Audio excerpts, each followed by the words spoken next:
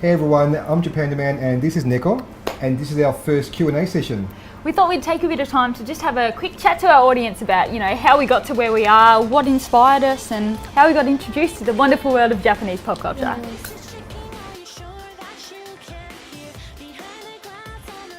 Okay, so the idea for It's Japanman came from, wanting to give something back to the otaku community. I've been greatly inspired by what Danny Chu does. And for those of you that don't know, Danny Chu is a blogger that lives in Japan and blogs about, the otaku life over there amongst everything else that he does. And yeah, I just felt like, I love what he does, about, bringing, this part of the pop culture to the rest of the world, to maybe people who don't know exactly what's going on or what it's all about. And by doing this, I want to, shed light on the otaku community that we have here in Australia. Because it is, quite strong. We do have, a whole heap of, cosplayers here. We do have people, who are into anime, into manga. So yeah, I just want to, bring some of their experiences, into the light, and just share it with the rest of the world. So mostly the idea came from big juicy brain over here. I got a phone call one day saying, hey, I'm looking for a co-host to do this with. I want someone who's really into this kind of community, loves it, wants to sort of feed the anime community in Australia a bit. And I thought, damn, how can I pass up that opportunity? Honestly, I couldn't say that I could pinpoint an exact moment where all this kind of started. It was just somewhat of a natural kind of progression. My partner is the owner of Chaos Anime, as you guys probably know from conventions. I'm sure you've seen us running around. He originally introduced me to anime. We started off watching Akira, and then next, and it just sort of built from there. And then I kind of discovered cosplay. I was like, holy crap, I can actually dress up as these anime characters and do role playing and just be this amazing character and be something other than myself. With me, I guess, because I'm into video games. So, being I was always interested in the games that we never got out here in Australia.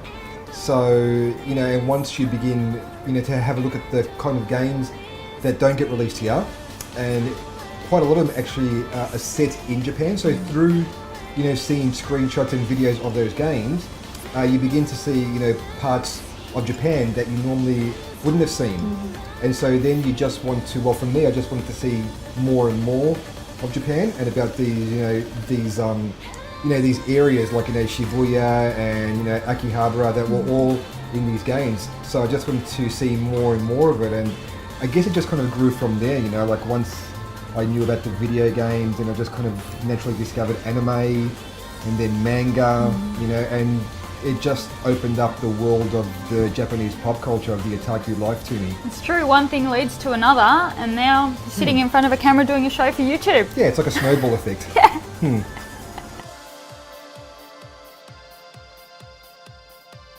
Well, I've done never like a YouTube TV show or anything like that before, but I've always been somewhat of a natural entertainer, always been out there. I sort of seem to draw attention to myself a lot of times, not necessarily on purpose, it just kind of happens.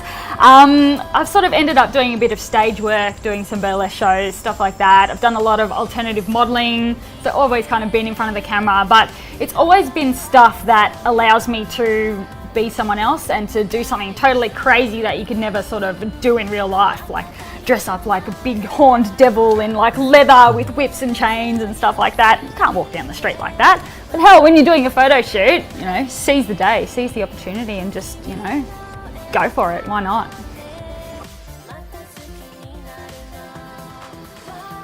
I've been to Japan a few times since 2010. And I feel like each time we go, we learn something new and we see something new. So, and even just going over stuff that we've already seen, it's stuff, we only get to go once a year, which is, more than I guess than what a lot of people get to go. But more than me. Yeah. But yeah, look, it's just, we just love going there and just, each time just making new discoveries, just with the people, with the culture, like finding new shops. It's always fun. shopping. Oh, I can't say I've ever been to Japan, which makes me really, really sad, but I'm saving. We've got a trip planned for the end of this year. It's going to happen. They're going to show me around. I can do some shopping. Yep. Can't wait for the shopping. I want to go visit all the places animes were made and just like take photos there, like really cheesy. Like, yeah, I was here. That's awesome. I made it. Totally. Yeah. I can't wait to go. Unfortunately, I haven't been, but soon. It'll happen. It's happening. It's been really, really good, like very, very positive. Everyone, I guess, that we've approached with regards to, interviews or, assistance in any other way, permission for something, everyone has been incredibly supportive and everyone has come to the party and wanted to help out in one way or another. It's been really, really fantastic. To get that kind of feedback, definitely. I think it's a good time as well to actually thank everyone who has supported us so far. It's actually meant a huge amount to us, just because we started this not knowing where it was going to go and that kind of stuff, and to sort of be here with fans, I guess you could call it. Like, whoa, this is pretty full on. So yeah, no, thank you so much for your support, guys. It's all been really, really positive. Of course, you're going to have some people that are going to be a bit of a downer every now and then, but that comes with the territory. Generally overwhelmingly positive. Definitely. Overall, we've found that people really want to participate in this kind of thing. Everyone has always been sort of pushing towards the same goal that we have, which is going to be like promote the otaku community, allow it to grow in Australia, spread the love, even like cosplay. I'm massively into promoting the Melbourne, obviously, because I'm here, but Australian cosplay community, just in terms of self-esteem for young people, that kind of stuff, allowing them to have a creative outlet, do what they want to do, be involved in stuff that they're passionate about, and I think everyone's really driving towards that. Yeah, the otaku community, from what we've seen here, like even at conventions and expos, it's such a passionate community. Like everyone loves to be a part of it.